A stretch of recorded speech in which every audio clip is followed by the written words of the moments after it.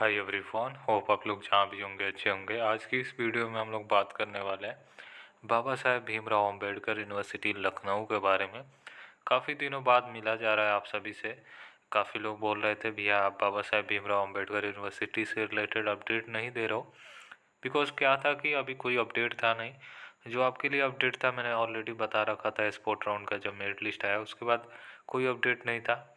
और फाइनली आपके लिए एक बहुत बड़ी खुशखबरी है। वो खुशखबरी उनके लिए है जिन्होंने सीयूईटी का पेपर नहीं दिया था।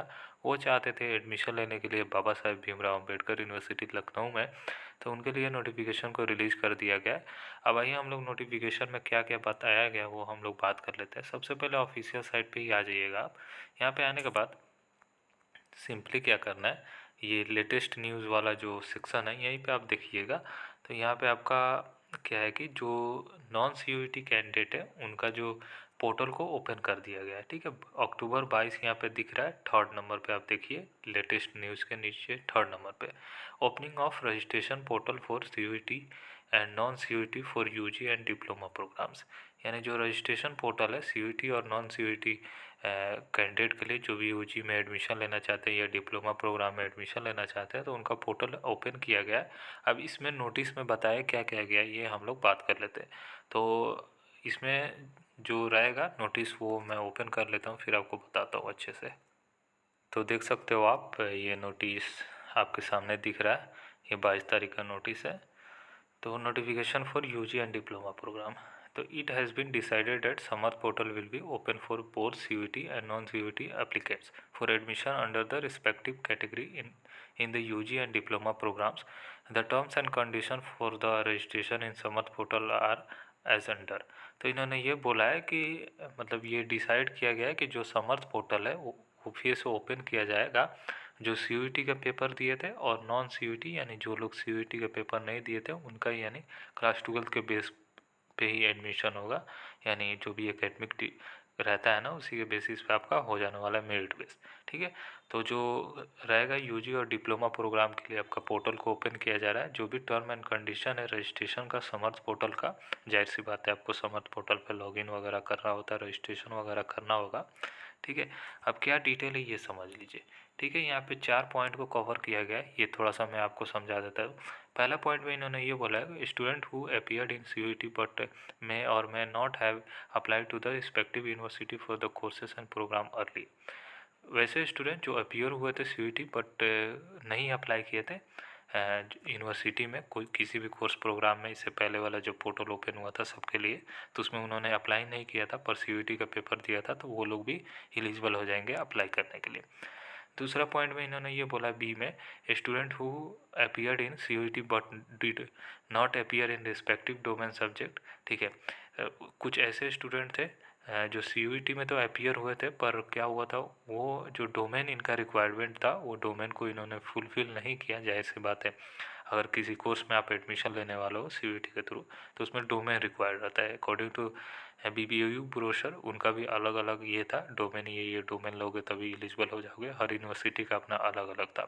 पर क्या था कि बाबा साहेब भीमराव अम्बेडकर यूनिवर्सिटी में एडमिशन लेने के लिए वो डोमेन नहीं फुलफ़िल कर रहे थे और उन्होंने अप्लाई नहीं किया, तो वैसे स्टूडेंट भी इसमें आ जाएंगे। ठीक है, तीसरे पॉइंट में इन्होंने ये बोला है सी पॉइंट में student who have not appear in CUET and admission will be consider based on open marks in last qualifying exam.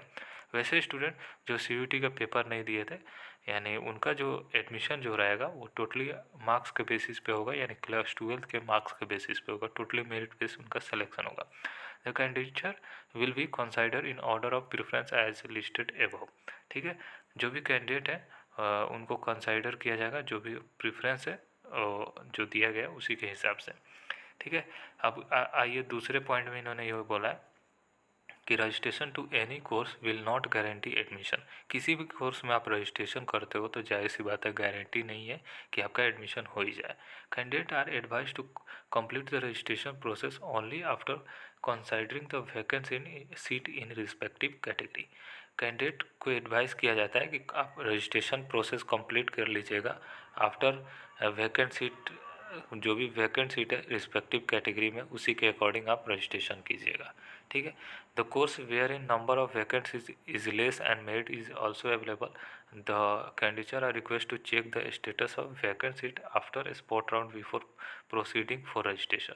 तो आपको क्या करना है कि अगर आप अप्लाई कर रहे हो तो वैकेंट सीट आप देख लीजिए कि कौन से कोर्सेज में कितनी सीटें अवेलेबल है, तभी आप अप्लाई कीजिए। हाँ, आफ्टर स्पोर्ट राउंड के बाद जो वैकेंट सीटें रह गई हैं वो देख लीजिए सारे कोर्सेज़ का, मैं बता दूंगा कहाँ से आप चेक करोगे, फिर उसके बाद अप्लाई कीजिएगा। ठीक है, यहाँ तक क्लियर हो चुका है। अब देखिए, अब आपके लिए काफ़ी इंपॉर्टेंट ये हो जाता है, हालांकि सारा चीज़ें इंपॉर्टेंट है पर ये आपके लिए काफ़ी ज़रूरी हो जाता है। The candidate are required to visit the registration portal, यानी आपको जो भी कैंडिडेट है उनको समर्स पोर्टल पे जाके रजिस्ट्रेशन करना होगा। तो baucuet.samar.edu.in पे जाकर रजिस्ट्रेशन कर लीजिएगा फॉर CUET कैंडिडेट। ठीक है, CUET कैंडिडेट वाले, और जो CUET कैंडिडेट वाले नहीं हैं, नॉन CUET वाले हैं, तो bauadm.samarth.edu.in/2024 पे आप जाइएगा, नॉन CUET वाले करिएगा, दोनों के लिए अलग पोर्टल बनाया गया। ठीक है, और रजिस्ट्रेशन कीजिए, कोर्स को लॉक कीजिए, जो भी चॉइस कीजिएगा। ठीक है, एक से ज़्यादा कोर्सेज में अप्लाई कर सकते हो। ठीक है, पर कोर्सेज के लिए 400 रुपीज़ आपको देना होगा। UR OBC EWS वाले और SC ST PWD वाले 200 देंगे। और रजिस्ट्रेशन करने का लास्ट डेट जो रहेगा 30 अक्टूबर रहेगा, यानी 30 अक्टूबर स्टार्ट हुआ है, 23 अक्टूबर से लेकर 30 अक्टूबर के बीच में जो भी रहेगा कर लीजिएगा। जब तक आप रजिस्ट्रेशन फ़ीस जमा नहीं कीजिएगा आपको मेरिट लिस्ट के लिए कंसाइडर नहीं किया जाएगा, ये ध्यान रखिएगा। इसलिए आपको रजिस्ट्रेशन करके आपका जो भी कैटेगरी है अपना फ़ीस अपना जमा कर लीजिए। ठीक है, तो 400 200 है, तो जाहिर सी बात है आप अपना जो भी कैटेगरी है देख लीजिए कौन से कैटेगरी में आप अप्लाई कर रहे हो। ठीक है, वैकेंट लिस्ट आप चेक कर लीजिए सबसे पहले, तभी आप अप्लाई करने चाहिए। ठीक है, यहाँ तक क्लियर हो चुका है। तो दोनों पोर्टल, अगर जो लोग नॉन CUET वाले हैं तो उनका मैंने बता दिया कौन से पोर्टल पे जाओगे, और CUET वाले हैं कौन से पोर्टल पे जाओगे। यहाँ तक क्लियर हो चुका है। ठीक है, उसके बाद छठे में बोला गया है, छठे नंबर पॉइंट में, registration fees can only be deposit through online mode after locking of program. जो रजिस्ट्रेशन फीस होगा आप लॉक कर लोगे प्रोग्राम का ना, तभी ऑनलाइन ही जमा होगा। लॉक करने के बाद अपना प्रोग्राम को जब कंफर्म कर दीजिएगा, मान लीजिए BCom ऑनर्स में अप्लाई करना है तो उसको कंफर्म कर लीजिएगा, तब आपको फीस पेमेंट करना होगा। ठीक है, सातवें नंबर पॉइंट में इन्होंने ये बोला, candidate are also advise to visit university website for regular update.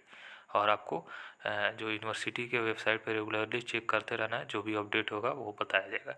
This is issue with the approval of component authority की तरफ से ये इशू को अप्रूवल किया गया है। ठीक है, तो यहाँ तक क्लियर हो चुका है। अब हम लोग चलते हैं कि कहाँ से आप वैकेंट लिस्ट को चेक करोगे। ठीक है, देखिए जैसा मैंने स्टार्टिंग में आपको बताया कि वेबसाइट पे आपको आ जाना है डायरेक्ट। ठीक है, अब यहाँ पे आप देखिए, यहाँ पे बनाया गया है स्पोर्ट अक्टूबर 7 का नोटिफिकेशन आप देखिए। ठीक है, sport counselling vacant seat merit list admission in UG program 2024-2025, यहीं पे आपको क्लिक करना है वैकेंट लिस्ट चेक करने के लिए। ठीक है, उसके बाद ये देख लीजिए, उसके बाद आप देखिए यहाँ पे जो आपका एडमिशन इन UG प्रोग्राम 2024-2025 ये नोटिफिकेशन है। अब मेरिट लिस्ट चेक करने के लिए यहीं पे आप चेक कीजिएगा, और वैकेंट लिस्ट चेक करने के लिए यहाँ पे चेक कीजिएगा। ठीक है, तो वैकेंट सीट यहाँ पे चेक कर लीजिए, जो भी वैकेंट सीट है यहाँ पे आप चेक कर लो। ठीक है, जैसे BCom ऑनर्स है तो आप BCom ऑनर्स का देख लो, यहाँ पे फेज 4 तक का हुआ है। Wait a minute, sport counselling में देखता हूँ मैं, कहीं इसमें इन्होंने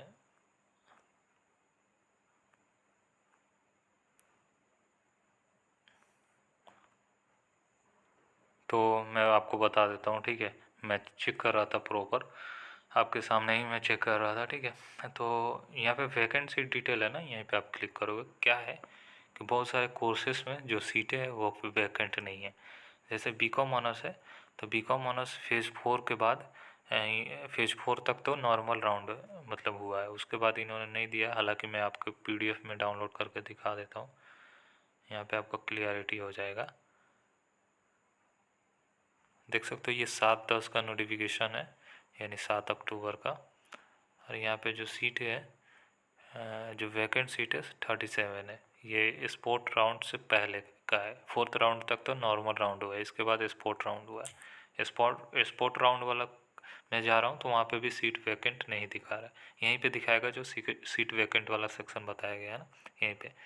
अब यहाँ पे देखिए, यहाँ पे फेज़ 5 यहाँ पे दिख रहा है, तो यहाँ पे क्लिक कीजिए। बीएससी वाला जो बीएससी लाइफ साइंस का है, इसमें सीट अवेलेबल है, इसलिए यहाँ पे दिखाया जा रहा है। ठीक है, हाँ यहाँ पे आप देख सकते हो, यहाँ पे टोटल अभी सीट जो है, वैकेंट सीट जो है यहाँ पे अवेलेबल अभी 12 है। ठीक है, ऐसा ही आपको चेक कर लेना है जो भी ये है ना कोर्सेज़ में, तो अपने हिसाब से चेक कीजिए। अभी बहुत सारे कोर्सेज़ का अपडेट नहीं हुआ है, तो यहीं पे वैकेंट सीट में आके चेक कर लेना आप। ठीक है, यहाँ तक क्लियर हो चुका है। तो अभी एक दिन 2 दिन रुक जाओ, अभी 30 तारीख तक टाइम है ना, तो 25 तक आप वेट करो। ठीक है, अपडेट हो जाएगा फिर आप अप्लाई करना। ठीक है, वैसा नहीं है, फर्स्ट कम फर्स्ट सर्व नहीं है, टोटली मेरिट के बेस पे आपका एडमिशन होने वाला है। तो बेफिक्र होकर अभी वेट करो, अपडेट प्रॉपर आ जाए तब कीजिए, हड़बड़ा के अप्लाई मत कीजिए। ठीक है, यहाँ तक क्लियर हो चुका है।